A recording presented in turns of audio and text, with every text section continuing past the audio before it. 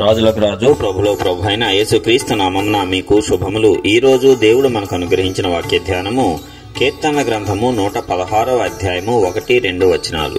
యెహోవా నా మొరను నా విన్నపములను ఆలకించి ఉన్నాడు, కాగా నేను ఆయనను ప్రేమించుచున్నాను. ఆయన నాకు చెవియొగ్గెను, కావున నా జీవిత కాలమంతయు నేను ఆయనకు మొరపెట్టుదును. ప్రియులారా, ఈ వాగ్దానాన్ని, ఈ వచనాన్ని మనం పరిశీలించినట్లయితే దేవుడు మన యొక్క ప్రార్థనలు ఆలకిస్తాడు అనేటువంటి నిశ్చయత, నమ్మకము ఒక వ్యక్తికి ఉన్నప్పుడు అతడు నిజముగా దేవుణ్ణి ప్రేమించుచున్నట్టే. ఇక్కడ భక్తుడు కూడా యెహోవా నా మొరను నా విన్నపములను ఆలకించి ఉన్నాడు అని స్పష్టంగా చెప్తున్నాడు. అంటే నేను ఏ ప్రార్థన చేసినా సరే ఆయన వింటున్నాడు, కాబట్టి నేను ఆయనను ప్రేమించుచున్నాను. అంటే దేవుణ్ణి ప్రేమించిన వారందరూ కూడా బలముగా నమ్ముతారు ఏమిటంటే వారు చేసేటువంటి ప్రార్థనలన్నిటినీ కూడా దేవుడు వింటున్నాడు, ఆలకిస్తున్నాడు అని. ఇంకొక విషయంగా ఆయన నాకు చెవియొగ్గెను, కావున నా జీవిత కాలమంతయు నేను ఆయనకు మొరపెట్టుదును. ఇది ఇంకా గొప్పగా దేవునిలో ఎదగటం అంటే. మరి మనము ఎంతకాలము దేవునికి మొరపెట్టాలి, ఎంతకాలం ప్రార్థన చేయాలి అనుకుంటూ ఉంటాము. ఒక నెల రోజులు చేస్తే చాలా, ఒక సంవత్సరం పాటు చేస్తే చాలా అని. కానీ ఇక్కడ భక్తుడు చెప్తున్నాడు కదా, ఆయన నాకు చెవియొగ్గెను. అంటే మనం చెప్పే మాటలన్నీ కూడా ప్రార్థన ద్వారా మనం తెలియజేసే ప్రతి మాటను ఆయన వింటున్నాడంట, ఆయన చెవి ఇచ్చి ఆలకిస్తున్నాడంట. మరి ఆయనకు మనం ఎంతకాలం మొరపెట్టాలని భక్తుడు చెప్తున్నాడు? జీవిత కాలమంతయు నేను ఆయనకు మొరపెట్టుదును. అంటే మన ప్రార్థన జీవితం అనేది ఒక రోజుతోనో, ఒక వారంతోనో, ఒక నెలతోనో, లేక ఒక సంవత్సరంతోనో, లేక కొన్ని సంవత్సరాలతోనో ఆగిపోయేది కాదు. గాని నీకు ఊహ తెలిసి నీవు ప్రార్థించుట ప్రారంభించినప్పటి నుంచి, నీవు దేవునిలోనికి వచ్చి ఆయనకు మొర్రపెట్టుట నేర్చుకున్నప్పటి నుంచి, నీ తుది శ్వాస ఈ లోకంలో భౌతికంగా విడిచే వరకు నీవు ఆయనకు మొర్రపెట్టాలి. పరిస్థితి ఎలాంటిదైనా ఆయన యొద్దకే నీవు వెళ్ళి నీ యొక్క విజ్ఞాపనలను వినిపించాలి, నీ మనవులు ఆయనకు తెలియజేయాలి. నీవు అలాగు చేయుట దేవునికి ఎంతో ఇష్టము. మనుష్యుల వద్దకు వెళ్లి సహాయము కోరి వారి చేత చేత్కారములు పొంది ఇక ఏ సహాయము అందని తర్వాత చివరి ప్రయత్నంగా దేవుని యొద్దకు రావటము అనేది దాదాపు 90% మంది చేసేటువంటి పని. అయితే దేవుడు కోరుకుంటున్నాడు కదా, నీకు ఆపద వచ్చిందా, నీకు శ్రమ వచ్చిందా, నీకు దుఃఖము వచ్చిందా, లేక నీకు వేదనలు, బాధలు అధికమయ్యాయా, నీవు తట్టుకోలేకపోతున్నావా, నీ వల్ల కాదు అని ఇక నీవు దిగులు చెందుచున్నావా, కృంగిపోయి ఉన్నావా, నీవు వెంటనే మొదటనే నా యొద్దకు రా, మొదటనే నాకు మొర్రపెట్టు.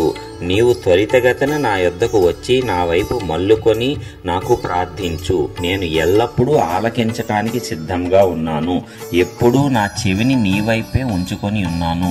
నీవు ప్రార్థన ద్వారా ఏమి మాట్లాడతావా అని నేను వేచి చూస్తున్నాను అని దేవుడే చెప్తున్నాడు. మరి ఎంత గొప్పగా దేవుడు మనకు ధన్యతను ఇచ్చినప్పుడు మనమెందుకు ఇక ఆలస్యము చేయటము? దేవుని యొద్దకు ఏ పరిస్థితి అయినా త్వరగా తీసుకొని వెళ్దాము, ఏ పరిస్థితి అయినా ప్రార్థన ద్వారా ఆయనతో మాట్లాడదాము. తప్పక మన దేవుడు మన మొరను, మన విన్నపములను ఆలకించేవాడు, ప్రతి ఒక్క ప్రార్థనకు చెవి ఒగ్గేవాడు. కాబట్టి మనము జీవిత కాలమంతయు కూడా ఆయనకే మొరపెట్టాలి, ఆయనకే ప్రార్థించాలి. ఏ కష్టము, ఏ సుఖము, ఏ బాధ, ఏ దుఃఖము, ఏ సంతోషము, ఏ ఆనందము ఉన్నా దేవునితో గనక మొదట నీవు పంచుకునేటువంటి స్థితికి చేరినట్లయితే నీవు, నేను ఎంతో ధన్యులము. కాబట్టి ప్రియులారా, ప్రతి ఒక్కరిని కూడా ఈ లోకంలో జీవించినంత కాలము దేవుడు ఇదే రీతిగా ఉండాలి అని కోరుకుంటున్నాడు. మరి ఈ దినము మరి ఒకసారి వాక్యం ద్వారా మనతో మాట్లాడాడు. కాబట్టి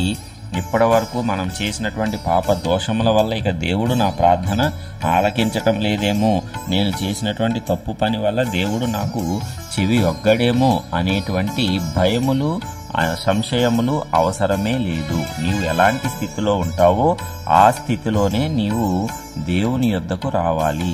ఆ స్థితిలోనే దేవుని యొద్దకు వచ్చినప్పుడు నీవు మొర్ర పెట్టినప్పుడు ఆయనే పరిశుభ్రపరుచుకుంటాడు. ఆయనే నిన్ను నీతిమంతుడిగా పరిశుద్ధుడిగా చేసి నిన్ను విజయవంతంగా నిలవబెడతాడు. కాబట్టి ప్రియులారా, ఈ వాక్యం ద్వారా ధైర్యం తెచ్చుకుందాం. భక్తుడు ఎంత ధైర్యంగా అయితే ఈ వచనాలు పలకగలిగాడో అలాగే మనము కూడా మన జీవితంలో పలుకుదాము. ప్రార్థించుకుందాం.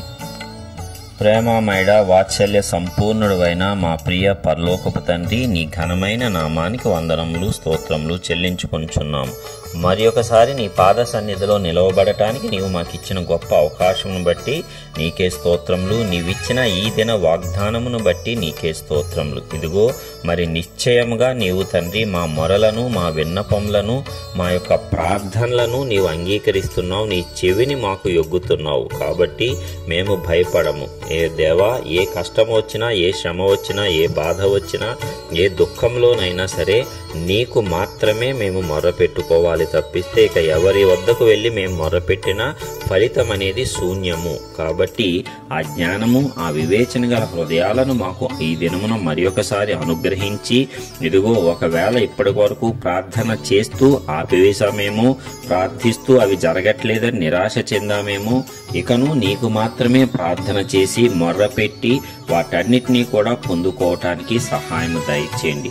జీవితకాలం అంతా కూడా నీకు మాత్రమే మొరపెట్టడానికి, ఆ ప్రార్థనా జీవితం కొనసాగించటానికి కృప చూపండి. మా పని ఒత్తిళ్ల వల్ల గాని, లేక ఇతరత్ర వాటి వల్ల గాని, ఏ బంధకముల వల్ల గాని ప్రార్థించుట అనేది మేము మానకుండా ఎలాంటి స్థితిలోనైనా అనుదినము నీకు ప్రార్థన చేసేటువంటి ప్రార్థనాత్మను ఈ దినమున ఈ వాక్యం వింటున్న ప్రతి ఒక్కరి మీద నీవు కుమ్మరించండి. అయినా మహిమ, ఘనత, ప్రభావములు నీకే ఆరోపిస్తూ గొప్ప ప్రార్థనా పరులుగా ప్రతి ఒక్క బిడ్డను ఆశీర్వదించి కాపాడవలసిందిగా నజరేయుడు సర్వశక్తిమంతుడైన యేసయ్య శ్రేష్టమైన నామం పేరిట ప్రార్థించి పొందుచున్నాం పరలోకపు తండ్రి. ఆమేన్.